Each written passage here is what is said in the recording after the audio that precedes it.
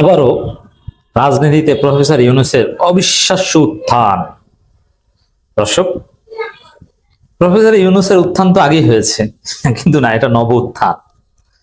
Professor Yunus Nobel laureate, আবার international গুরুত্বপূর্ণ actor, এরপরে বাংলাদেশের প্রধানমন্ত্রী হয়েছেন, প্রধান উপদেষ্টা ওইটাই প্রধানমন্ত্রী, তো প্রধানমন্ত্রী পদ থেকে বিদায়ও নিয়েছেন, কিন্তু প্রফেসর ইউনূস হাল ছাড়েনি। আবারও প্রফেসর ইউনূসের নতুন উত্থান হতে যাচ্ছে। তিনি এবার রাষ্ট্রপতি হবেন, তারপরে জাতিসংঘের মহাসচিব হবেন। একজন মানুষ, একজন রাজনীতিতে যাদের উচ্চাভিলাষ আছে তাদের পক্ষে যা সম্ভব সবকিছু ছাপিয়ে প্রফেসর ইউনূস অসম্ভবকে সম্ভব করছে। যেমন প্রধানমন্ত্রী অলরেডি হয়েছেন, নোবেল প্রাইজও পেয়েছেন, প্রধানমন্ত্রী হয়েছেন, এরপরে রাষ্ট্রপতি হবেন, তারপরে বাকি থাকে পৃথিবীতে সবচেয়ে বড় পদ সম্মানের দিক থেকে। প্রধানমন্ত্রী রাষ্ট্রপতির চাইতে তো বড় কিছু নেই। তারপরে হচ্ছে জাতিসংঘের মহাসচিব। জাতিসংঘের মহাসচিব হওয়ার আলোচনা এখন তাকে নিয়ে হচ্ছে, এবং এটা অমূলক কোন আলোচনা নয়। এখন প্রফেসর ইউনূস যদি রাষ্ট্রপতি হতে পারেন, তাহলে এটা তার আবার নব উত্থান। তারপরে যদি রাষ্ট্রপতি থাকা অবস্থায় বা রাষ্ট্রপতি পদ থেকে বিদায় নেওয়ার পর যদি জাতিসংঘের মহাসচিব হতে পারেন, তাহলে আর কি বাকি থাকে? তো জাতিসংঘের মহাসচিব হওয়া কিংবা প্রধানমন্ত্রী, রাষ্ট্রপতি হওয়া, এই দৌড়ে তিনি অনেক দূর অলরেডি এগিয়ে গেছেন। খলিলুর রহমানের মাধ্যমে রাস্তা ক্লিয়ার করছেন। যেমন খলিলুর রহমান কিন্তু ইউনূসের মুরিদ, বা এই খলিলুর রহমানকে খলিল বানিয়েছে ইউনূস। খলিল বাংলাদেশে এসে তিনি ফরেন মিনিস্ট্রি চাকরি টাকরি করতেন, ওইখানেই থাকতেন, বাংলাদেশে আসতেই পারতেন না, কিন্তু ইউনূস তাকে এনেছে, ইউনূসের পছন্দের। তো এই খলিলুর রহমান তিনি জাতিসংঘ সাধারণ পরিষদের সভাপতি নির্বাচিত হয়েছেন। আর জাতিসংঘের পরবর্তী মহাসচিব পদের নির্বাচন সাধারণ পরিষদের অধীনেই হবে, খলিলুর রহমান অধীনেই হবে। অতএব খলিলুর রহমান অনেক মেকানিজম করতে পারবেন। আর ব্যক্তি খলিলুর রহমান কি এখানে অনেক মেকানিজম করবেন বা করতে পারবেন না? বিষয়টা এত সহজ নয়। এই যে খলিলুর রহমান জাতিসংঘের সাধারণ পরিষদের সভাপতি হয়েছেন, এটা কি তার ব্যক্তিগত কোনো অর্জন? না, এটা এখানে যুক্তরাষ্ট্রকে ম্যানেজ করতে হতে হয়েছে, বা যুক্তরাষ্ট্র তাদের লোক বসিয়েছে। সেই যুক্তরাষ্ট্রের দালালি করে যে বাংলাদেশ ওখানে যেতে পেরেছে, এটাও কম কিসে। অতএব যেই যুক্তরাষ্ট্র খলিলকে সাধারণ পরিষদের অধিবেশন সভাপতি হতে দিয়েছে, সেই যুক্তরাষ্ট্র, সেই খলিলরা ইউনূসকে জাতিসংঘের মহাসচিব বানাতে পারে, এটা মোটেও অসম্ভব নয়। আর যে জাতিসংঘের মহাসচিবের দৌড়ে থাকবে, রাষ্ট্রপতি হওয়া তার পক্ষে তো তেমন কোনো ব্যাপারই হওয়ার কথা না। তো দর্শক, এবং ইউনূসকে ঘিরে বিলিয়ন এন্ড বিলিয়ন ডলারের কার্যক্রম পৃথিবীর বিভিন্ন প্রান্তে শুরু হয়ে গেছে। পৃথিবীর প্রভাবশালী যত থিঙ্ক ট্যাঙ্ক আছে, যারা বাংলাদেশ নিয়ে কাজ করে, সবাই ইউনূসের পক্ষে নড়ে চড়ে বসেছে। আমাদের কাছে প্রমাণ আছে। যেমন কিছুদিন আগে, এটা প্রায় 1 মাস আগেই হয়েছে, কিন্তু বাংলাদেশের দৃশ্যপটে এসেছে কিছুদিন আগে, অবিনাশ পালিওয়াল, ভারতীয় বংশোদ্ভূত একজন বুদ্ধিজীবী, যিনি ইন্ডিয়ান সাবকন্টিনেন্ট কিংবা দক্ষিণ এশিয়া নিয়ে কাজ করেন,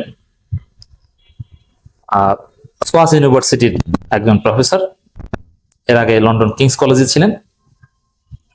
এবং এই অবিনাশ পালিওয়াল, তিনি একদম ভারতপন্থী, ভারতীয় জাতীয়তাবাদের প্রতি তার যথেষ্ট রেসপেক্ট, হিন্দুত্ববাদের প্রতি তার যথেষ্ট রেসপেক্ট। আর ভারতের যে পশ্চিমা যে অ্যাপ্লিকেশন, তার সাথে তিনি ওতপ্রোতভাবে জড়িত। পৃথিবীর বিভিন্ন দেশের নানান অঘটন ঘটন, এগুলোর বয়ান উৎপাদন, এগুলোর প্রেক্ষাপট, এইসব কাজগুলো এই অবিনাশ পালিওয়ালরা করেন। এবং তাদের যে এই গবেষণা কর্ম, এতে সারা পৃথিবীর রাজনীতি নিয়ে যেসব এনজিও খেলে, তারা টাকা পয়সা দেন, তারা পালেন এদের। এরকম অবিনাশ পালিওয়াল অনেক আছেন। এরকম এই যুক্তরাষ্ট্রে বাংলাদেশের পক্ষ থেকে আছেন আলী রিয়াজ।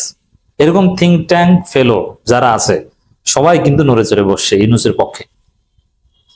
যে ইউনূসকে বাংলাদেশের রাষ্ট্রপতি না বানালে বাংলাদেশ টিকবে না। মূল কথা এটাই, যে বাংলাদেশকে টেকাতে হলে ইউনূসকে লাগবে। ইউনূসের অসমাপ্ত কাজ শেষ করতে হবে, আর তারেক পারবেন না। চারদিকে বয়ান এটি। অবিনাশ পালিওয়ালের লেখা পড়বেন, প্রথম আলো বাংলা অনুবাদ করে ছাপিয়েছে, পুরোটা এসেছে কথা এটাই, ইউনূস ছাড়া তারেক পারবে না। তারেক এই জায়গায় ব্যর্থ হবে, এই জায়গায় ব্যর্থ হবে। অর্থনীতির অবস্থা খুব খারাপ। এদিকে সিপিডি বা সুশাসনের জন্য নাগরিক বা আরো যারা আছে মার্কেট জ্বালা, এরা সবাই উঠে পড়ে লেগেছে।